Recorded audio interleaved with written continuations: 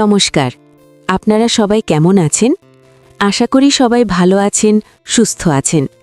আর যদি কারোর মন আজ একটু ভারী থাকে, তাহলে আমার কথা শুনতে শুনতে নিজেকে একটু সময় দিন, ঠিক আছে? আমি আজ আপনাদের একটা গল্প শোনাব। আমার নাম রূপা। এই গল্পটা আমার জীবনের কথা। আমি নিজের মুখেই বলছি, কারণ কিছু ব্যথা অন্য কারোর ভাষায় ঠিক ধরা পড়ে না। আমাদের গ্রামটা নদীর ধারে। ভোরে কুয়াশা নামে, বিকেলে ধানের গন্ধ ভেসে আসে, আর সন্ধ্যায় বাঁশঝাড়ের ছায়া লম্বা হয়ে পড়ে। ছোটবেলায় আমি ভাবতাম জীবন বুঝি এভাবেই শান্ত থাকবে।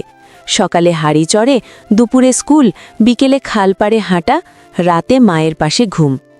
কিন্তু আমার জীবনে একটা নাম ছিল, যে নামটা শুনলেই বুকের ভেতর কেমন করে উঠত। তার নাম আরিফ। আরিফ আমাদের গ্রামে থাকে না, সে থাকে শহরে। ওদের আসল বাড়ি অবশ্য গ্রামেই, ওর বাবা মায়ের ভিটে এইখানেই। কিন্তু চাকরির সুবাদে ওরা শহরে থাকে। শুধু ঈদের সময় কিংবা খুব জরুরি কোনো ছুটিতে আরিফরা গ্রামে আসে।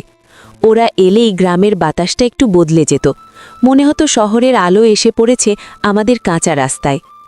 আমি যখন খুব ছোট তখনও আরিফকে দেখেছি। সে আমার চেয়ে কয়েক বছরের বড়। ঈদের নামাজ শেষে সবাই যখন কোলাকুলি করত, আমি আড়াল থেকে ওকে তাকিয়ে দেখতাম। সেই বয়সেই আমার ভেতরে একটা ভয় ভয় ভালো লাগা জন্মেছিল, যেটা কাউকে বলার মতো না, আবার লুকোনোর মতোও না। আমার বয়স তখন 12 কি 13 হবে। স্কুল থেকে ফিরে বারান্দায় বসে খাতা দেখছি, এমন সময় আরিফ পাশ দিয়ে গেল, হাতে ক্রিকেট ব্যাট।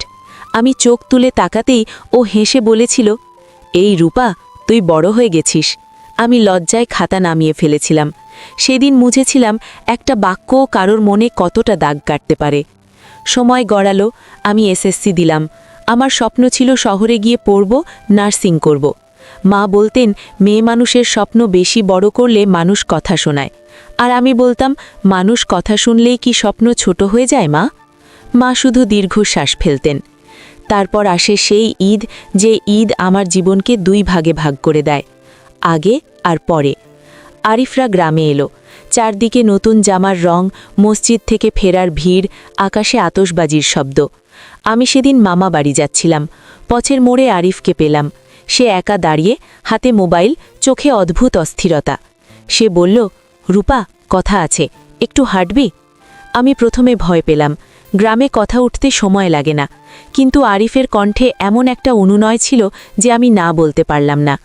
আমরা দুজন হাঁটলাম খালপাড়ের দিকে, যেখানে বিকেলে মানুষ কম থাকে। ও খুব সহজভাবে কথা শুরু করল। শহরের পড়াশুনো, চাকরির চাপ, বাবা মায়ের আশা, সব কিছুর ভেতরে সে নাকি কখনো কখনো নিজেকে হারিয়ে ফেলে।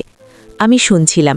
তারপরও হঠাৎ থেমে গিয়ে বলল, তুই জানিস আমি ছোটবেলা থেকেই তোকে খেয়াল করি। আমার বুক ধক করে উঠল। আমি চোখ নামিয়ে বললাম, এমন কথা কইবেন না। ও হাসল। বলবো না কেন, সত্যিটা তো সত্যি। সেদিন প্রথমবার আমার ভেতরের লুকিয়ে রাখা ভালো লাগাটা যেন সত্যি হয়ে উঠল। আমি ভেবেছিলাম জীবনটা এবার ঠিক পথেই যাবে। ঈদের দিনগুলোতে আরিফ প্রায়ই আমাদের বাড়ির আশেপাশে আসত, কখনো দূর থেকে, কখনো কোনো অজুহাতে। একদিন আমার ছোট ভাইকে ক্রিকেট শেখাতে শেখাতে বলল, রূপা আপা, আপনি তো খুব পড়ালেখা করেন। আমি হেসেছিলাম। সেই হাসিটা মা পর্যন্ত দেখে ফেলেছিল। মা পরে রাতে বললেন, শোন, আরিফ ভালো ঘরের ছেলে, কিন্তু ভালো ঘরের ছেলেদের মন কি সবসময় ভালো থাকে কে জানে। আমি মাকে শুনিনি। আমি তখন নিজের গল্প নিজের মতো করে লিখতে চাইছিলাম। ঈদের শেষের দিকে এক সন্ধ্যায় আরিফ বলল, আমি শহরে গেলে তোকে মিস করব। আমি চুপ করেছিলাম। ও বলল, রূপা, আমি তোকে বিয়ে করতে চাই। এই কথাটা শুনে মাথায় যেন বাজ পড়ল। বিয়ে? আমার মতো মেয়ের স্বপ্নেও কেউ এমন করে বলবে না। ভয়ও পেলাম।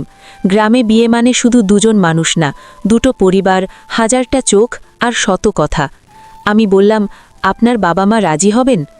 আরিফ একটু থেমে বলল, রাজি করব, কিন্তু সময় লাগবে। তারপরও যোগ করল, তবে একটা সমস্যা আছে, আমার বাবা মা তোকে চেনে না। তুই যদি একবার শহরে আসিস আমার ওখানে, আমরা কথা বলবো, তারপর আমি সব ঠিক করব। শহরে? আমার গলা শুকিয়ে গেল। আরিফ তাড়াতাড়ি বলল, ভয় পাবি না রূপা, আমি আছি। আমরা শুধু কথা বলবো, আমি তোকে কষ্ট দেব না রূপা, বিশ্বাস কর।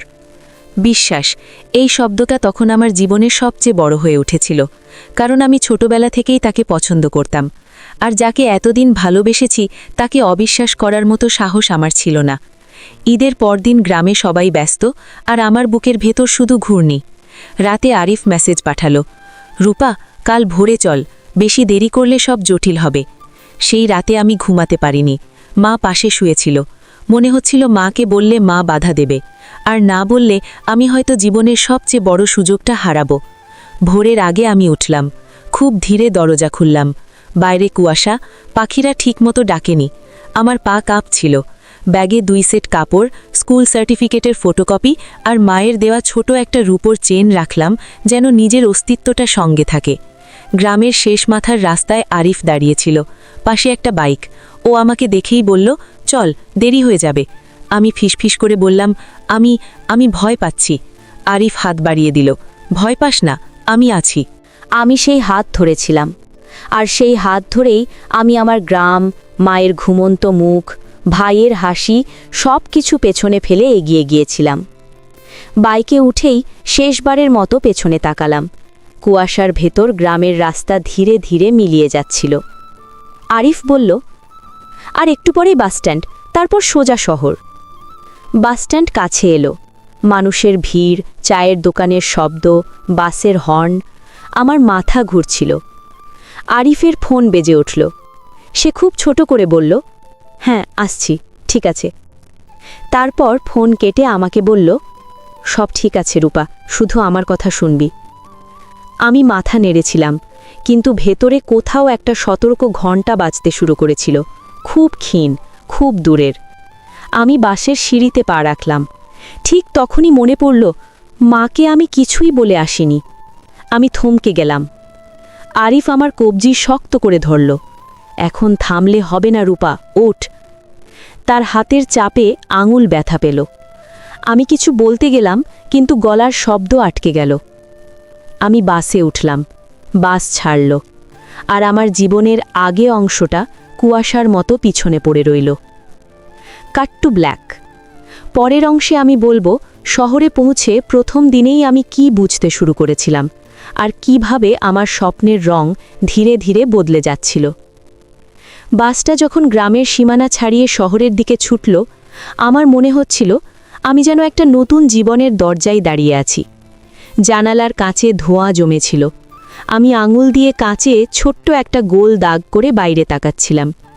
রাস্তা বদলাচ্ছে, গাছ কমে যাচ্ছে, ইট পাথরের দালান বাড়ছে, আর আমার বুকের ভেতর সেই ক্ষীণ সতর্ক ঘণ্টাটা আরও একটু জোরে বাজতে শুরু করল।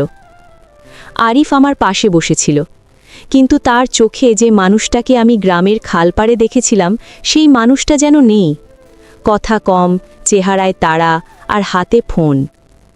একসময় বাস থামল এক বড় টার্মিনালে। চারদিকে মানুষের স্রোত, কেউ দৌড়াচ্ছে, কেউ চিৎকার করছে, কেউ হকারের মতো ডাকছে। আমার মাথা ঘুরে গেল। আমি আরিফকে বললাম, আমরা এখন কোথায়? আরিফ বলল, চুপ কর, আগে বেরোই। আমার বুক কেঁপে উঠল। চুপ কর শব্দটা ও আগে কখনো আমাকে বলেনি। গ্রামে তো ও আমাকে রূপা বলে ডাকত, হাসত, আলতো করে কথা বলতো। এখানে সে যেন তাড়াহুড়োর মধ্যে অন্য একজন। টার্মিনাল থেকে ও আমাকে টেনে নিয়ে গেল ভিড়ের মধ্যে।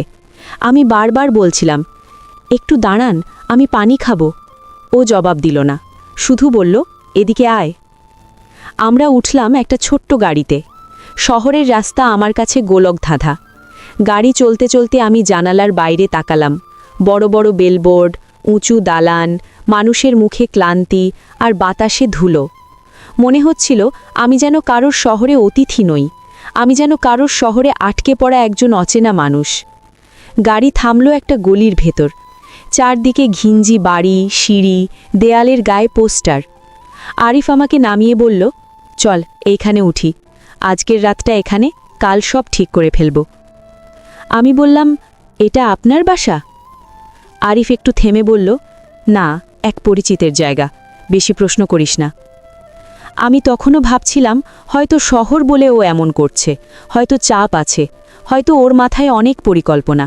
আমি নিজেকে বোঝালাম, রূপা, ধৈর্য ধর। আমরা উঠে গেলাম একতলার একটা ছোট্ট ঘরে।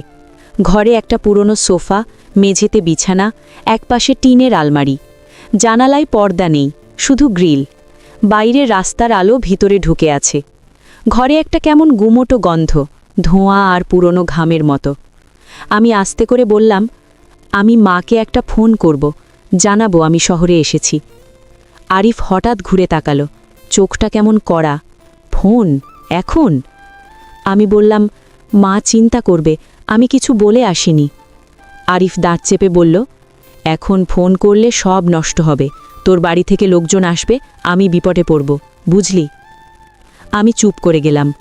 ঘরের ভেতর নীরবতা নেমে এলো, শুধু বাইরে গাড়ির হর্ন আর মানুষের চেঁচামেচি। আরিফ মোবাইল বের করে কারোর সঙ্গে কথা বলল, খুব নিচু গলায়। মাঝে মাঝে শুধু শুনতে পেলাম, হ্যাঁ ঠিক আছে, আজই, না না সমস্যা নেই। আমি বুঝতে পারছিলাম না আজইটা কি, কিন্তু বুকের ভেতর একটা ঠান্ডা স্রোত বয়ে গেল। কিছুক্ষণ পরে আরিফ বলল, তুই বস, আমি একটু বাইরে যাচ্ছি। আমি বললাম, আমাকে একা রেখে? ও বলল, ভয় পাস না, দরজা বাইরে থেকে লক করে দিচ্ছি, কেউ আসবে না। লক? শব্দটা শুনে আমার মাথা ঝিমঝিম করে উঠল। আমি বললাম, লক কেন? আরিফ একটা অদ্ভুত হাসি হাসল, যে হাসিতে কোনো উষ্ণতা নেই। শহরটা ভালো না রূপা, নিরাপত্তার জন্য। তারপরও বাইরে বেরিয়ে দরজায় তালা দিল। আমি ভেতরে আটকে গেলাম। একটা মুহূর্ত আমি দাঁড়িয়ে থাকলাম। আমার কান যেন বিশ্বাস করতে চাইছিল না, চোখ যেন ভুল দেখছে। আমি দরজায় হাত দিয়ে টোকা দিলাম, আরিফ, আরিফ, দরজা খুলুন। বাইরে কোনো উত্তর নেই। আমি জানালার গ্রিলের কাছে গেলাম। বাইরে গলি, অচেনা মুখ। কারোর দিকে তাকিয়ে সাহায্য চাইব এমন সাহস আমার হলো না, কারণ আমি জানতাম এই শহরে আমি একা। আমার কথা কেউ বিশ্বাস করবে কিনা আমি জানি না। আমার গলা শুকিয়ে যাচ্ছিল।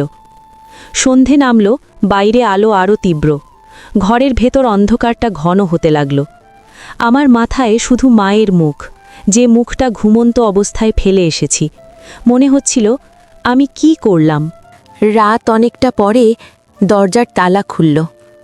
আরিফ ঢুকল, তার সঙ্গে দুজন অচেনা মানুষ।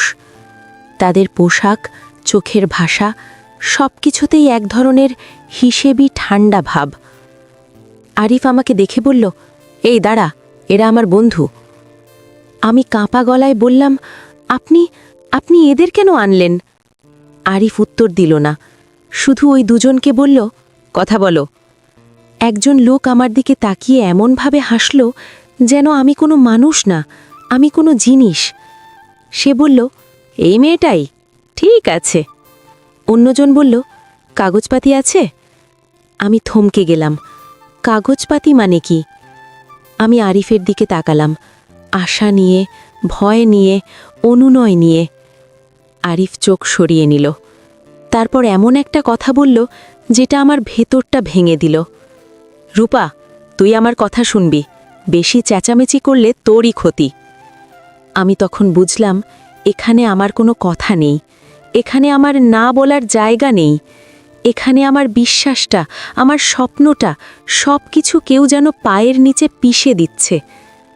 আমি পিছিয়ে গেলাম, দরজার দিকে দৌড়াতে চাইলাম, কিন্তু আমার পথ আটকে গেল। আমার গলা দিয়ে শব্দ বের হলো না, শুধু চোখ দিয়ে পানি পড়ল। তারপর আমার মনে আছে আলোটা ঝাপসা হয়ে গেল, শব্দগুলো দূরে সরে গেল। আমি নিজেকে বাঁচাতে চেয়েছিলাম, কিন্তু আমি তখন বুঝছিলাম আমি যে জায়গায় আছি সেটা আমার পরিচিত পৃথিবী না। এখানে আমি বিস্তারিত বলবো না, কারণ কিছু ঘটনার কথা বলতে গেলে সেই রাতটা আবার ফিরে আসে।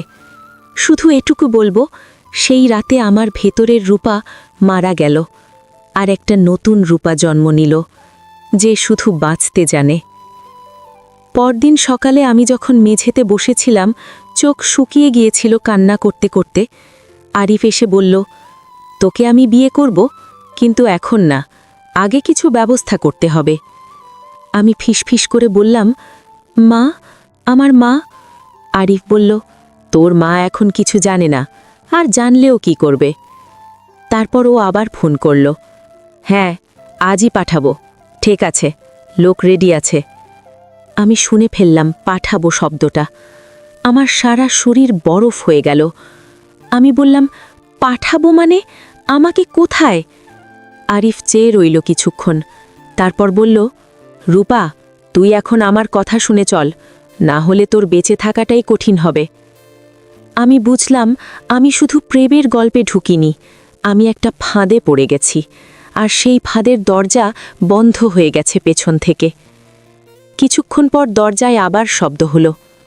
আরিফ বলল, চল বের হ, গাড়ি এসেছে।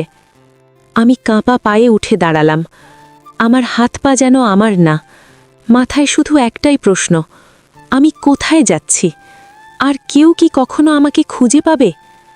আমি তখন শুধু জানতাম আমি কোথাও যাচ্ছি, কিন্তু কোথায়, কেন, কার কাছে, কিছুই আমার হাতে ছিল না।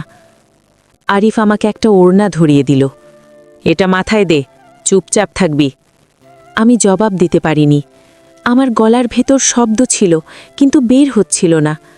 মনে হচ্ছিল শহরের এই ভিড়ের মধ্যে আমি একা একটা পাতার মতো, যেটাকে যেদিকে খুশি টেনে নিয়ে যায়। গাড়িটা চলল। জানালার বাইরে রাস্তাগুলো বদলাতে লাগল। বড় রাস্তা থেকে ছোট গলি, ছোট গলি থেকে আরও সরু রাস্তা। কয়েকবার মনে হলো আমি যদি এই মুহূর্তে চিৎকার করি, মানুষ হয়তো শুনবে, কিন্তু তারপর আবার মনে করল আমি কার কাছে কি বলবো, আমার কথা কে বিশ্বাস করবে? আরিফ তো পাশেই, আমি তো জানি না ওদের সঙ্গে আরও কতজন জড়িত। গাড়ি থামল একটা বাড়ির সামনে। বাইরে থেকে সাধারণ একটা দালান, কিন্তু ভেতরে ঢুকতেই আমার বুক ধক করে উঠল। করিডোরটা অন্ধকার, বাতাস ভারী, আর মানুষের চোখ, সব চোখ যেন হিসেব করে তাকায়। একজন নারী এগিয়ে এলো, বয়স 40-এর ওপরে, শাড়ি পরা, হাতে চাবির গোছা, গলায় স্বর্ণের চেন, চোখে কোনো মায়া নেই। সে আরিফকে বলল, এটাই? আরিফ মাথা নেড়ে বলল, হ্যাঁ, কথা মতো সব ঠিক আছে। নারীটা আমার দিকে তাকিয়ে বলল, নাম কি? আমি ফিসফিস করে বললাম, রূপা। সে ঠোঁট বাঁকিয়ে বলল, এখানে ওই নাম চলবে না। আমি যেন হঠাৎ বুঝে গেলাম এখানে মানুষকে নাম দিয়ে ডাকে না, এখানে মানুষকে নতুন করে চিহ্নিত করে, একটা নতুন পরিচয় চাপিয়ে দেয়, আর পুরনো পরিচয়টা মুছে ফেলে। আমাকে একটা ঘরে নিয়ে যাওয়া হলো। ঘরটা ছোট, একটা খাট, এক কোণে বালতি, দেয়ালে ফিকে রং, জানালায় লোহার গ্রিল, বাইরে থেকে তালা লাগানো দরজা। নারীটা বলল, এখানে থাকবি, বেশি কথা বলবি না, নিয়ম মেনে চলবি। আমি কাঁপা গলায় বললাম, আমি বাড়ি যাব, আমি আমার মাকে।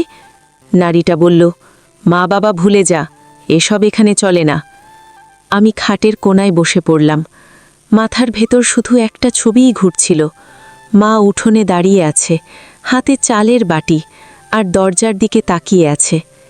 আমি মনে মনে বললাম, মা, আমি ভুল করিনি মা, আমি শুধু বিশ্বাস করেছিলাম। সেদিন রাতে আমি বুঝলাম এটা শুধু একটা ঘর না, এটা একটা খাঁচা। এখানে সময় কাটে ঘড়ির কাটায় না, মানুষের পায়ের শব্দে, দরজার তালার শব্দে, আর বাইরে থেকে ভেসে আসা অচেনা হাসিতে। এখানে আমি বিস্তারিত বলবো না কি কি ঘটত, কেমন করে দিন কাটত, শুধু এটুকু বলবো আমাকে ধীরে ধীরে এমন জায়গায় ঠেলে দেওয়া হচ্ছিল যেখানে আমার ইচ্ছে বলে কিছু থাকতো না। আমি দিন গুনতাম না, আমি শ্বাস গুনতাম। বেঁচে থাকলেই মনে হতো আজকের দিনটা জিতেছি। প্রথম কয়েক মাস আমি শুধু কাঁদতাম, কাঁদতে কাঁদতে চোখ শুকিয়ে যেত। তারপর একদিন বুঝলাম কান্না আমাকে ভাঙছে, কিন্তু বাঁচাচ্ছে না। আমাকে বাঁচতে হবে, আমাকে মাথা ঠান্ডা রাখতে হবে, আমাকে সুযোগ খুঁজতে হবে। আমি লক্ষ্য করতে শুরু করলাম কারা কখন আসে, দরজার চাবি কার হাতে থাকে, কোন সময়ে করিডোর ফাঁকা হয়, কোন ঘরের জানালা একটু ঢিলা। আমি ছোট ছোট তথ্য জমাতে লাগলাম, যেমন কেউ যুদ্ধের আগে অস্ত্র জমায়। আর তখনই আমি ওখানে আরেকজন মেয়েকে পেলাম। তার নাম আমি এখানে মায়া বলবো। মায়া আমার মতোই আটকে পড়েছিল, কিন্তু তার চোখে এক ধরনের কঠিন আলো ছিল। সে আমাকে একদিন ফিসফিস করে বলল, শোন, বাঁচতে হলে নিজের মাথাটা বাঁচিয়ে রাখ। শরীরের ক্ষত শুকায়, কিন্তু মাথা ভেঙে গেলে আর দাঁড়ানো যায় না। আমি প্রথমবার কারো কাছ থেকে এমন কথা শুনে বুকটা কেঁপে উঠল, কারণ আমি ভাবছিলাম আমি একা।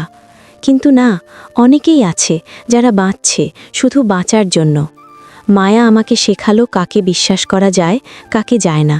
সে বলল, এখানে সবাই শত্রু না, কিন্তু সবাই বন্ধু, এটা ভাবিস না। চোখ কান খোলা রাখ।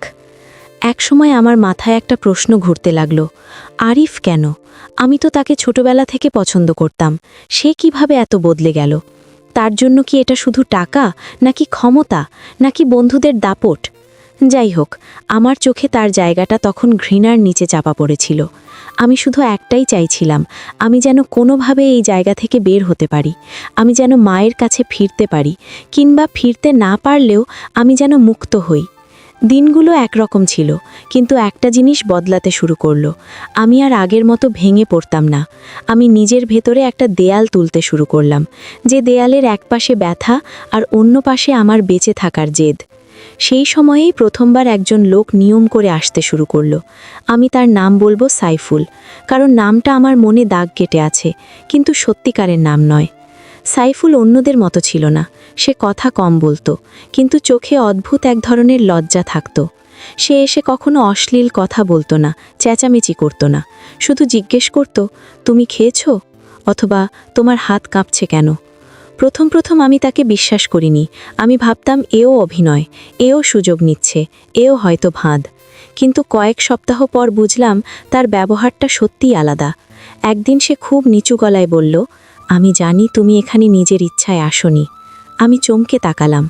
সে বলল, কিছু বলার দরকার নেই, শুধু নিজেকে শেষ করে দিও না। সেই কথাটা আমার বুকের ভেতর কোথাও একটা আলো জ্বালিয়ে দিল, একটা ক্ষীণ, খুব ছোট আলো। আমি জানতাম না এই আলো আমাকে বাঁচাবে নাকি আরও বড় বিপদে ফেলবে, কিন্তু এতদিন পর কারো মুখে মানুষের মতো একটা কথা শুনে আমি নিজের চোখের জল ধরে রাখতে পারিনি। সাইফুল এরপরেও আসতো। আমি ধীরে ধীরে কথা বলতে শুরু করলাম, খুব অল্প, খুব সাবধানে। আমি তাকে কিছু সত্যি বলতাম, কিছু লুকাতাম, কারণ বিশ্বাস করা এখানে জীবন মরণের মতো। একদিন সে বলল, তুমি কি কখনো বের হতে চাও? আমার বুক থেমে গেল। আমি ফিসফিস করে বললাম, চাই, কিন্তু কিভাবে? সে চুপ করে রইল কিছুক্ষণ, তারপর বলল, এই জায়গার বাইরে আমার পরিচিত একজন আছে, সে মানুষকে সাহায্য করে, কিন্তু এটা খুব ঝুঁকির, তোমাকে সাহস করতে হবে। আমি জানালার গ্রিল ধরলাম, বাইরে অচেনা আকাশ। আমি ভাবলাম, সাহস কি আমার আছে? আমার ভেতর তখন দুটো রূপা লড়ছিল। এক রূপা বলছিল, ভয় পাস, চুপ থাক, বেঁচে থাক। আরেক রূপা বলছিল, একবার মরার আগে একবার চেষ্টা কর। ঠিক সেই রাতে করিডোরে তালার শব্দ শুনে আমি বুঝলাম আমার সামনে একটা সুযোগ আসছে। সুযোগটা ছোট হতে পারে, কিন্তু সুযোগ তো। আমি মায়ার দিকে তাকালাম। মায়া চোখে চোখ রেখে শুধু একবার মাথা নেড়েছিল, যেন বলল, যা। আর আমি তখনও জানতাম না এই সিদ্ধান্ত আমাকে মুক্তির দিকে নেবে নাকি আরও অন্ধকারের দিকে। কিন্তু আমি এটুকু জানতাম, আমি আর শুধু সহ্য করে যাব না, আমি চেষ্টা করব। সেদিন রাতটা আমার জীবনে অন্যরকম একটা রাত, কারণ প্রথমবার আমি শুধু ভয় পাইনি, আমি ভাবতে শিখেছিলাম। মাথার ভেতর একটা শব্দ ঘুরছিল, যদি পারি, যদি সত্যিই পারি। সাইফুল চলে যাওয়ার আগে খুব ছোট করে বলেছিল, আগামী শুক্রবার আমি আবার আসব। বেশি কিছু বলবো না, শুধু একটা জিনিস, তুমি ওই দিন নিজের ভেতর শক্ত থাকবা। আমি জিজ্ঞেস করেছিলাম, কি হবে শুক্রবার? সে চোখ নামিয়ে বলেছিল, সুযোগ, কিন্তু সুযোগ মানে ঝুঁকি। তুমি রাজি না থাকলে আমি কিচ্ছু করব না। আমি সেদিন রাতেই বুঝেছিলাম, এটা কোনো সিনেমা নয় যেখানে হঠাৎ পুলিশ এসে দরজা ভেঙে ফেলবে। এখানে আমাকে নিজেকেই নিজের জীবনের জন্য দাঁড়াতে হবে, আর দাঁড়াতে হলে আগে মাথাটা ঠিক রাখতে হবে। আমি মায়াকে ডেকে খুব আস্তে বললাম, শুক্রবার কিছু একটা হবে। মায়া আমার দিকে তাকিয়ে একটু হাসল, হাসির ভেতরে তিতকুটে কষ্ট। শুক্রবার না রূপা, সুযোগ আর তারিখ, এই দুটো শব্দ একসাথে বললে এখানে কান খাড়া হয়, সাবধানে। আমি চুপ করে গেলাম। মায়া আমার হাত ধরে বলল, তুই প্রস্তুত থাক, কিন্তু ভেঙে পড়িস না, আর কারো চোখে চোখ রেখে বড় বড় আশা দেখাস না। আশা দেখলে এখানে অনেকেই সেটা ছিনিয়ে নেয়। তার কথা শুনে আমার বুকটা কেঁপে উঠল। আমি জানতাম মায়া অনেক কিছু দেখেছে, আর এই জায়গায় যে সবচেয়ে বড় ভুল তা হলো ভুল মানুষকে বিশ্বাস করা। পরের কয়েকদিন আমি চুপচাপ থাকলাম, কিন্তু চুপচাপ মানে ভেতরে শান্ত না, ভেতরে তখন যুদ্ধ। আমি ঘরের ভেতর হেঁটে বেড়াতাম, জানালার গ্রিলে হাত রাখতাম, করিডোরের শব্দ শুনতাম, কে কখন হাঁটে, কার পায়ের শব্দ ভারী, কার পায়ের শব্দ তাড়াহুড়া, এসব আমি খেয়াল করতে শিখেছিলাম। শুক্রবার এলো। সেদিন সকাল থেকেই আমার বুক ধরফর করছিল। শরীরটা দুর্বল ছিল, কিন্তু মাথা যেন তীক্ষ্ণ হয়ে উঠেছিল। আমি নিজের মনে বলছিলাম, রূপা, আজ তুই কাঁদবি না, আজ তুই ভেঙে পড়বি না। সাইফুল এলো বিকেলের দিকে। তার মুখে চাপা টেনশন। সে ঢুকেই খুব নিচু গলায় বলল, তুমি ঠিক আছো? আমি শুধু মাথা নেড়েছিলাম। কথা বলার মতো শব্দও আমি তখন জমিয়ে রাখছিলাম। সে বলল, একজন মানুষ আছে, ভালো মানুষ, সে সাহায্য করতে পারে, কিন্তু আজই সব করা যাবে না, আজ শুধু একটা জিনিস দরকার। আমি ফিসফিস করে বললাম, কি? সে বলল, তোমার আসল নাম, আর তুমি কোন এলাকায় থাকো, গ্রাম, থানা, কিছু মনে আছে? পরিবারের কার নাম? তোমাকে খুঁজতে গেলে এগুলো লাগবে। আমি যেন বুকের ভেতর একটা ব্যথা টের পেলাম, কারণ এতদিন আমি নিজের পরিচয়টা লুকিয়ে রাখতে শিখেছিলাম, নিজেকে বাঁচানোর জন্য। আর আজ সেই পরিচয়টাই হয়তো আমার মুক্তির চাবি হতে পারে। আমি খুব আস্তে বললাম, আমার নাম রূপা, গ্রামটা নদীর ধারে, থানা। আমি থামলাম, জেলা, আরও থামলাম। আমি ঠিক মনে করতে পারছি না, মাথা ঘুরে যায়। সাইফুল বলল, শান্ত থাকুন, আস্তে আস্তে মনে করুন। মার নাম? বাবা? আমি বললাম, মা সালমা খাতুন, বাবা নাই। কথাগুলো বলতে বলতে আমার চোখ ভিজে গেল, কারণ এই নামগুলো বলার সাথে সাথে আমার ঘর, আমার উঠোন, আমার মায়ের মুখ সব ভিড়ে এলো। সাইফুল হাত তুলে থামিয়ে দিল।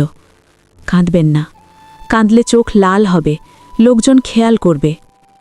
তারপর সে একটা ছোট কাগজ বের করল, কাগজে কিছু লিখল। আমি বুঝলাম না সে কি লিখল, কিন্তু আমার মনে হলো আমার জীবনের একটা প্রমাণ লিখে রাখছে, যেন আমি হাওয়ার মতো হারিয়ে না যাই। সে চলে যাওয়ার সময় খুব আস্তে বলল, আজ রাতে করিডোরে একটা রাউন্ড কম হবে, কারণ ওপরতলার মানুষজন কোথাও যাবে। তুমি যদি সাহস রাখতে পারো, আমি দরজার কাছে আবার আসব, কিন্তু তুমি দৌড়াবে না, তুমি শুধু আমার কথা শুনবে। আমি বললাম, দৌড়াবো না? তাহলে? সে খুব ধীরে বলল, এখানে দৌড় মানে সন্দেহ, সন্দেহ মানে ধরা, ধরা মানে ভয়ানক কিছু, তাই আমরা ধীরে ধীরে এগোব। আমি মাথা নেড়ে বললাম, ঠিক আছে। রাত নামল। ওই রাতের অন্ধকার অন্যরকম ছিল। করিডোরের আলো জ্বলছিল, কিন্তু আমার মনে হচ্ছিল অন্ধকারটা আমার বুকের ভেতর। আমি খাটের কোণে বসে শুধু শব্দ শুনছিলাম। দূরে কোথাও হাসি, কোথাও তর্ক, কোথাও দরজার তালা খোলার শব্দ। এই শব্দগুলো আমার কাছে তখন সময়ের মতো, প্রতিটা শব্দ একটা করে মিনিট। একসময় করিডোরে পায়ের শব্দ থেমে গেল। আমি বুঝলাম এখন একটা ফাঁকা সময়। আমি জানালার কাছে গিয়ে খুব আস্তে পর্দার মতো একটা কাপড় টেনে দিলাম, যাতে বাইরে থেকে আলো কম আসে। তারপর দরজার দিকে কান পাতলাম। হঠাৎ দরজার কাছে খুব মৃদু টোকা। আমার বুক ধক করে উঠল। আমি ফিসফিস করে বললাম, কে? বাইরে থেকে খুব নিচু গলায় উত্তর এলো, আমি, সাইফুল। আমি উঠে দাঁড়ালাম, হাত পা কাঁপছে, মনে হচ্ছিল আমি যদি ভুল করি সব শেষ। আমি বললাম, দরজা তো লক। সাইফুল বলল, আমি পুরো খুলতে পারবো না, শুধু তোমাকে করিডোরে দাঁড় করাতে পারি। তারপর একটা ঘরের দিকে যাবে যেখানে একটা পেছনের দরজা আছে, কিন্তু সব কিছু খুব দ্রুত নয়, খুব শান্তভাবে। আমি শ্বাস নিয়ে বললাম, আমি প্রস্তুত। সাইফুল একটু থেমে বলল, একটা কথা, তুমি যদি ভয় পেয়ে চিৎকার করো, আমরা দুজনেই বিপদে পড়ব। তুমি কি পারবে নিজেকে সামলাতে? আমি চোখ বন্ধ করে বললাম, পারব। দরজাটা একটু ফাঁক হলো। আমার সামনে করিডোর, অন্ধকার, লম্বা আর শ্বাসরুদ্ধ। আমি এক পা বের করলাম, আর ঠিক তখনই দূরে কোথাও কারোর গলা শোনা গেল, কে ওখানে? আমার শরীর বরফ হয়ে গেল। সাইফুল আমার হাত টেনে ফিসফিস করে বলল, পেছনে, এক্ষুনি। আমি দ্রুত ঘরের ভেতর ঢুকে গেলাম। দরজা আবার আগের মতো বন্ধ। হৃৎপিণ্ড এমন জোরে ধাক্কা দিচ্ছিল যে মনে হচ্ছিল শব্দটা বাইরে থেকেও শোনা যাবে। কিছুক্ষণ পরে করিডোরে ভারী পায়ের শব্দ। কেউ দরজার সামনে এসে দাঁড়ালো। দম বন্ধ হয়ে এলো। আমি খাটের পাশে বসে চোখ বন্ধ করে থাকলাম, যেন আমি ঘুমাচ্ছি, যেন ঘরে কেউ নেই। একটা কণ্ঠ, সেই কড়া নারীটার কণ্ঠ বলে উঠল, এই ঘর থেকে শব্দ আসছিল না তো? আরেকজন বলল, না আপা, ফাঁকা। নারীটা বিরক্ত গলায় বলল, সবাই সাবধানে থাকিস, আজকাল কেমন অস্থিরতা লাগছে। পায়ের শব্দ দূরে সরে গেল। আমি তখন বুঝলাম, মুক্তির চেষ্টা মানে শুধু সাহস না, এটা ধৈর্য। আর সব পরিকল্পনা প্রথম দিনেই সফল হয় না। কিছুক্ষণ পরে দরজায় আবার মৃদু টোকা। আমি ফিসফিস করে বললাম, কে? সাইফুল বলল, আজ নয়, আজ ঝুঁকি বেশি। আমি কাল আবার সুযোগ দেখব। তুমি ভেঙে পড়বে না, ঠিক আছে? আমি দরজার ওপাশে মাথা ঠেকিয়ে খুব আস্তে বললাম, আমি ভাঙব না, কিন্তু আমি আর এভাবে থাকতে পারবো না। সাইফুল বলল, আমি জানি, তাই এবার আমরা আরও সাবধানে যাব। সেদিন রাতে আমি খাটে শুয়ে শুয়ে ছাদের দিকে তাকিয়েছিলাম। মনে হচ্ছিল ছাদটা আমার উপর চাপা পড়ছে। কিন্তু আমি নিজের মনে বলেছিলাম, রূপা, আজ তুই পালাতিসনি, তবু তুই হারিসনি, কারণ আজ তুই চেষ্টা করেছিস, আর চেষ্টা মানে তুই এখনও বেঁচে আছিস। সেদিনের পরের দিনটা আমি যেন ঘুমের ভেতর কাটালাম, কিন্তু সেটা ঘুম নয়, এক ধরনের জেগে থাকা দুঃস্বপ্ন। আমি কারোর সঙ্গে বেশি কথা বলিনি, নিজের চোখ কান খোলা রেখেছি। ভেতরে ভেতরে শুধু একটা কথা বলেছি, পরের সুযোগটা যদি আসে আমি আর পিছাবো না। মায়া আমাকে দুপুরে খুব শান্তভাবে বলল, কাল রাতের কথা শুনেছি, তোর বুক কাঁপে কিন্তু তুই সাহসী। আমি অবাক হয়ে তাকালাম, তুমি জানলে কিভাবে? মায়া ঠোঁট চেপে বলল, এখানে দেওয়ালেরও কান আছে, তাই সাবধান। আর একটা কথা, এই খেলায় একা খেললে হারার সম্ভাবনা বেশি, দল লাগে, কিন্তু দল মানে ঠিক লোক। আমি বললাম, তুমি তুমি কি আমার সাথে?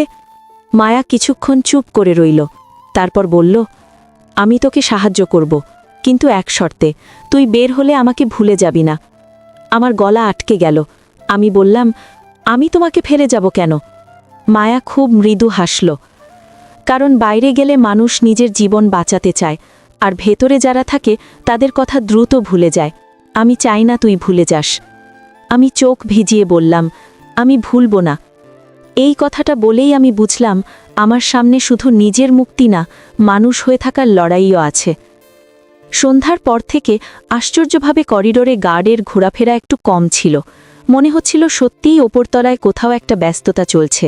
মাঝে মাঝে হাসির শব্দ, কখনো গাড়ির হর্ন, কখনো দৌড়ে দৌড়ির শব্দ। এই বাড়ির নিয়মে এটা অস্বাভাবিক। রাত ঘন হলো। আমি আর মায়া আগে থেকেই ঠিক করে রেখেছিলাম আমরা খুব সাধারণভাবে আচরণ করব। কারোর চোখে সন্দেহ ঢুকলেই সব শেষ। রাত প্রায় 10টার দিকে দরজার নিচে খুব আস্তে একটা কাগজ গলিয়ে দেওয়া হলো। আমি আর মায়া একসঙ্গে শ্বাস আটকে তাকালাম। কাগজে ছোট করে লেখা, এখন না, একটার পরে, প্রস্তুত। লেখাটা সাইফুলের। মায়া আমার হাত চেপে ধরল।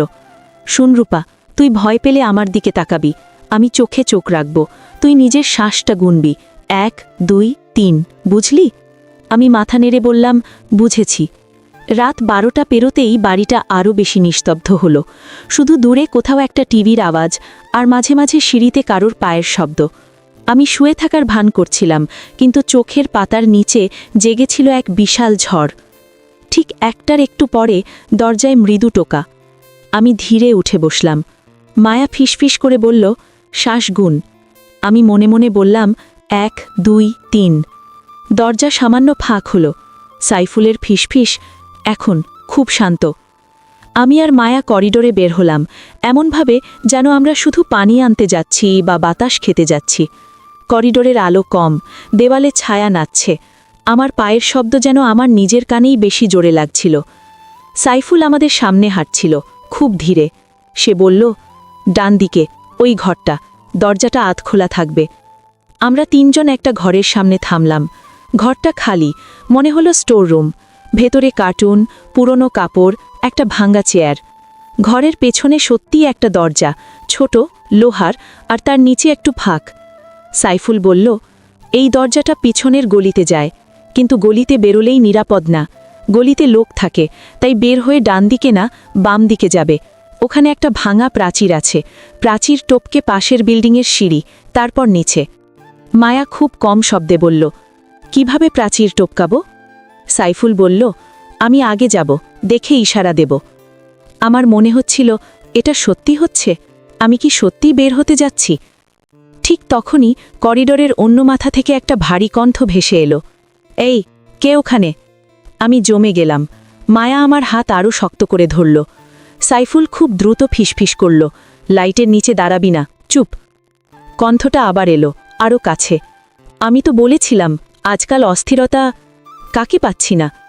আমি তখন বুঝলাম, এই কণ্ঠটা আমি আগে শুনেছি।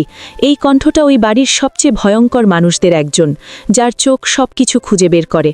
আমি এখানে তার নাম বলবো শাকিল, কারণ নামটাই আমার ভেতর কাঁপুনি তোলে। শাকিলের পায়ের শব্দ ভারী, ধীর, যেমন শিকারি হাঁটে। সে কাছে আসতে আসতে বলল, এত রাতে স্টোররুমের দরজা আধ খোলা কেন? সাইফুল 1 সেকেন্ডও দেরি করল না। সে দরজার পাশে দাঁড়িয়ে খুব স্বাভাবিক গলায় বলল, ভাই, আমি একটু পানি খেতে উঠেছিলাম, দরজাটা ভুলে খোলা রয়েছে। শাকিল সন্দেহ ভরা গলায় বলল, তুই কে, নতুন? সাইফুল হেসে বলল, না ভাই, আমি তো রেগুলার, আপনি চিনবেন না, আমি নিচের দিক দিয়ে আসি। শাকিল একদম কাছে এসে সাইফুলকে ওপর থেকে নিচ পর্যন্ত দেখল, তারপর চোখ ঘুরিয়ে আমাদের দিকে তাকালো। আমি মাথা নিচু করে দাঁড়িয়েছিলাম, যেন আমি শুধু একটা ছায়া। মায়া আমার পাশেই, চোখে ভয়, কিন্তু মুখে ভান। শাকিল বলল, এই দুজন এখানে কেন? সাইফুল খুব ঠান্ডা মাথায় বলল, ভাই, এরা ভয় পাচ্ছিল। বাইরে আওয়াজ শুনে আমি বললাম, একটু করিডোরে দাঁড়াক। শাকিল কয়েক সেকেন্ড চুপ করে রইল। সেই কয়েক সেকেন্ড আমার কাছে কয়েক বছর মনে হলো। তারপর সে হঠাৎ একটা কাজ করল। স্টোর রুমের দরজাটা একবার ঠেলে ভেতরে উঁকি দিল। আমি শ্বাস আটকে গেলাম। সাইফুল তৎক্ষণাৎ বলল, ভাই, ভিতরে তো কিছু নাই, কার্টুন আর আবর্জনা। শাকিল চোখ সরালো না। সে বলল, ঠিক আছে, কিন্তু আজ থেকে কারোর ঘোরাঘুরি আমি পছন্দ করি না। আর সে থেমে গিয়ে আমার দিকে তাকালো। তুই চোখ তুলে তাকাবি না। আমি মাথা নেড়ে দিলাম। আমার গলা শুকিয়ে কাঠ। শাকিল ধীরে ধীরে চলে গেল। তার পায়ের শব্দ দূরে মিলিয়ে গেলেও আমার কানের শব্দটা বাজতে থাকল। সাইফুল খুব আস্তে বলল, আজ না, আজ আমরা থামব। মায়া কেঁপে কেঁপে বলল, কিন্তু এত কাছে এসে? সাইফুল বলল, এটাই বাঁচার নিয়ম, এক ধাপ পিছানো মানেই হার না। শাকিল সন্দেহ করলে আজ রাতেই সব বদলে যাবে। আমি চোখ বন্ধ করে মাথা নেড়েছিলাম। ভেতরে আগুন জ্বলছিল, কষ্টের, রাগের, অপমানের। কিন্তু আমি বুঝছিলাম, এখন রাগের সময় না, বুদ্ধির সময়। আমরা ফিরতে শুরু করলাম। করিডোর পার হওয়ার সময় আমি অনুভব করলাম, কেউ যেন দূর থেকে আমাদের দেখছে, যেন অন্ধকারের ভেতর একটা চোখ লুকিয়ে আছে। ঘরে ফিরে দরজা বন্ধ হতেই মায়া আমার কাঁধে মাথা রাখল, একদম ভেঙে পড়া গলায় বলল, রূপা, শাকিল আমাদের গন্ধ পেয়ে গেছে। আমি ফিসফিস করে বললাম, তাহলে আমাদের হাতে সময় কম। ঠিক তখনই বাইরে করিডোরে আবার তালার শব্দ। এবার শব্দটা অন্যরকম, তাড়াহুড়োর, রাগের, আর সঙ্গে একটা কণ্ঠ, নারীটার কণ্ঠ, চেঁচিয়ে বলছে, সবাই সাবধান, আজ থেকে নতুন নিয়ম, দরজা বেশি খোলা থাকবে না, করিডোরে অকারণে দাঁড়ানো যাবে না, আর কেউ বেশি কথা বললে তার ফল ভালো হবে না। তার কথায় আমার বুকের ভেতরটা ঠান্ডা হয়ে গেল। আমি বুঝলাম, শাকিল সত্যিই সন্দেহ করেছে, আর সন্দেহ মানেই এখানে শাস্তি, শুধু আমার না, মায়ারও, সাইফুলেরও। মায়া আমাকে খুব শান্তভাবে বলল, তুই এখন থেকে মুখে হাসি রাখবি, চোখে ভয় দেখাবি না। ভয় দেখালে ওরা ভাববে তুই কিছু লুকাচ্ছিস। আমি বললাম, হাসি কিভাবে রাখব? মায়া কঠিন গলায় বলল, রাখতেই হবে, এটা বাঁচার কৌশল। আমি সেদিন আয়নায় নিজেকে দেখেছিলাম, একটা ছোট ফাটা আয়না দেয়ালে ঝোলানো। আমার চোখ দুটো যেন আর আগের মতো না। কিন্তু আমি নিজের ভেতর একটা কথা বললাম, আমি ভাঙিনি, আমি বদলেছি। সাইফুল সেদিন এলো না, পরদিনও এলো না। তৃতীয় দিন আমি যেন দম আটকে থাকা অবস্থায় বেঁচেছিলাম, কারণ সাইফুল না এলে আমাদের পথ নেই, আর পথ না থাকলে এই দেয়ালগুলো আরও ঘন হয়ে আসে। চতুর্থ দিন সন্ধ্যায় দরজার নিচ দিয়ে একটা ছোট কাগজ ঢুকল। আমি কাঁপা হাতে তুলে নিলাম। লেখা, আজ রাত 2টা, একাই, মায়াকে বলো না। আমার বুক ধক করে উঠল। কেন মায়াকে বলবো না? সাইফুল কি বিপদে পড়েছে, নাকি কেউ তাকে নজরে রেখেছে? আমি মায়ার দিকে তাকালাম। সে আসতে বলল, কাগজ? আমি কয়েক সেকেন্ড দ্বিধায় ছিলাম, তারপর সত্যি বললাম, সে বলেছে তোমাকে বলতে না। মায়া একদম স্থির হয়ে গেল, তারপর খুব নিচু গলায় বলল, এটা খারাপ ইশারা রূপা, এখানে একাই মানে অনেক সময় ফাঁদ। আমি বললাম, কিন্তু যদি সত্যি সুযোগ হয়? মায়া আমার হাত ধরল। সুযোগ হলে সে আমাকে বাদ দিত না, কারণ সে জানে তুই একা ভেঙে পড়তে পারিস। আমি চুপ করে গেলাম। মায়া বলল, তবু আমরা একটা কাজ করব, তুই যাবি, কিন্তু আমি দূরে থাকব, লুকিয়ে। যদি কিছু গড়বড় হয় আমি শব্দ করব না, আমি শুধু একটা দরজা খুলে দেব, যাতে তুই ফিরে আসতে পারিস। আমি মায়ার দিকে তাকালাম। এইখানে দাঁড়িয়ে আমি বুঝলাম, বন্ধু মানে শুধু পাশে থাকা না, বন্ধু মানে ঝুঁকি ভাগ করা। রাত 2টা বাজতে লাগল। বাড়িটা তখন অদ্ভুতভাবে নিস্তব্ধ, যেন নিস্তব্ধতার ভেতরেও কেউ পাহারা দিচ্ছে। আমি খুব ধীরে দরজার কাছে গেলাম, কান পাতলাম। করিডোরে হাঁটার শব্দ নেই, তবু আমি জানতাম চোখ আছে। দরজার কাছে মৃদু টোকা। আমি ফিসফিস করে বললাম, কে? কণ্ঠ, সাইফুল। দ্রুত কিন্তু শান্ত। দরজা সামান্য ফাঁক হলো। আমি এক পা বাইরে রাখলাম। মায়া দূরে করিডোরের ছায়ার ভেতর দাঁড়িয়ে। আমি তাকে দেখলাম। সে চোখে চোখ রেখে খুব ছোট করে মাথা নেড়ে বলল, সাবধানে। সাইফুল আমাকে নিয়ে হাঁটল সেই স্টোর রুমের দিকেই, কিন্তু আজ তার মুখে আগের মতো পরিকল্পনার শান্তি নেই। আজ তার কপালে ঘাম, চোখে তারা। আমি ফিসফিস করে বললাম, তুমি ঠিক আছো? সাইফুল থামল না, শুধু বলল, সময় নেই, আজকের পর আমি আর আসতে পারবো কিনা জানি না। আমি থমকে গেলাম। কেন? সাইফুল দাঁত চেপে বলল, শাকিল আমাকে দেখে ফেলেছে, পুরো না কিন্তু সন্দেহ করেছে। আজ যদি না করি আর হবে না। আমার বুকের ভেতর ভয় আর আশা একসাথে ধাক্কা দিল। আমি বললাম, তাহলে মায়া? সাইফুল 1 সেকেন্ড চুপ করে বলল, ওকে আজ আনা যাবে না, ওকে নজরে রাখা শুরু হয়েছে, তুমি একা গেলে কম চোখ পড়বে। আমি মনে মনে ভাবলাম, কম চোখ পড়বে না বেশি বিপদ হবে, কিন্তু পিছিয়ে যাওয়ারও সময় নেই। আমরা স্টোর রুমে ঢুকলাম, পেছনের লোহার দরজা। সাইফুল খুব সাবধানে দরজার নিচের ফাঁকে কিছু একটা ঢুকিয়ে তালা খোলার চেষ্টা করল। ধাতব শব্দ, খুব ক্ষীণ, কিন্তু আমার কানে বাজ পড়ার মতো। আমার শ্বাস আটকে যাচ্ছিল। আমি মনে মনে শ্বাস গুনছিলাম, 1, 2, 3। ক্লিক। দরজাটা খুলে গেল। সাইফুল ফিসফিস করল, এখন তুমি আগে। আমি দরজার ফাঁক দিয়ে বের হলাম। পেছনের সরু গলি, বাতাসে পচা পানি আর ধোঁয়ার গন্ধ। আকাশ দেখা যায় না, দুপাশে উঁচু দেয়াল। সাইফুল বলল, বাম দিকে, প্রাচীরটা ওইখানে। আমি এগোলাম, পা কাঁপছে, তবু এগোলাম, কারণ এটাই আমার একমাত্র রাস্তা। প্রাচীরটা সত্যিই ভাঙা, কিন্তু টপকানো সহজ না। আমার হাত দুর্বল, শরীরও দুর্বল। আমি বললাম, আমি পারবো না। সাইফুল দাঁত চেপে বলল, পারতেই হবে, আমি তুলছি। সে আমার হাত ধরে টেনে তুলতে চেষ্টা করল। আমি দেয়ালের খাঁজে আঙুল গুঁজলাম, হাঁটুতে ব্যথা, শ্বাসকষ্ট। তবু আমি উঠলাম, কারণ তখন আমার মাথায় শুধু মায়ের মুখ আর নিজের মুক্তির স্বপ্ন। আমি দেওয়ালের ওপরে উঠতেই হঠাৎ পেছনে একটা শব্দ, গলির মুখে কারোর ভারী পায়ের শব্দ, আর সাথে সেই ভয়ঙ্কর কণ্ঠ, এইখানে কে? শাকিল। আমার শরীর বরফ হয়ে গেল। সাইফুল ফিসফিস করে বলল, নামবে না, নড়বে না। শাকিলের পায়ের শব্দ কাছে আসছে। গলির আলো কম, কিন্তু তার চোখ যেন অন্ধকারেও দেখে। সে গর্জে উঠল, আমি জানি কেউ আছে, বের হ। সাইফুল খুব দ্রুত আমার দিকে তাকালো। সেই তাকানোতে একটা সিদ্ধান্ত, যেটা আমি জীবনে ভুলব না। সে বলল, খুব নিচু গলায়, তুমি এখনই ওপাশে নামো, দৌড়াবে না, চুপচাপ নেমে সিঁড়ি ধরো। আমি কাঁপা গলায় বললাম, আর আপনি? সাইফুল বলল, আমি ওকে আটকাবো। আমি বুঝলাম সাইফুল নিজের বিপদ বাড়িয়ে দিচ্ছে শুধু আমাকে একটা সুযোগ দিতে। আমি দেয়ালের ওপাশে নেমে পড়লাম। পায়ের গোড়ালি ব্যথায় জ্বলে উঠল, কিন্তু আমি দাঁতে দাঁত চেপে সিঁড়ির দিকে এগোলাম। ঠিক তখন গলির ভেতর থেকে শাকিলের চেঁচামেচি, তুই এখানে কি করছিস? আর সাইফুলের শান্ত গলা, ভাই আমি ভুল করে পিছনে চলে এসেছি, সিগারেট। শাকিল গর্জে উঠল, মিথ্যা, তোর চোখে মিথ্যা দেখি। আমি থমকে গেলাম। ইচ্ছে করছিল ফিরে যাই, সাইফুলকে টেনে নিই, কিন্তু মায়ার কথা মনে পড়ল, ভেঙে পড়লে চলবে না। আমি পা চালালাম। সিঁড়ি বেয়ে নিচে নামার সময় হঠাৎ ওপরে দরজার কাছে কাউকে দেখলাম। একজন লোক, মধ্যবয়সী, মুখে মাস্ক, হাতে ফোন। সে ফিসফিস করে বলল, রূপা, এই দিকে, দ্রুত। আমি থমকে গেলাম। আমি তাকে চিনি না। সে বলল, সাইফুল পাঠিয়েছে, সময় নেই। আমি সিদ্ধান্ত নিতে পারছিলাম না।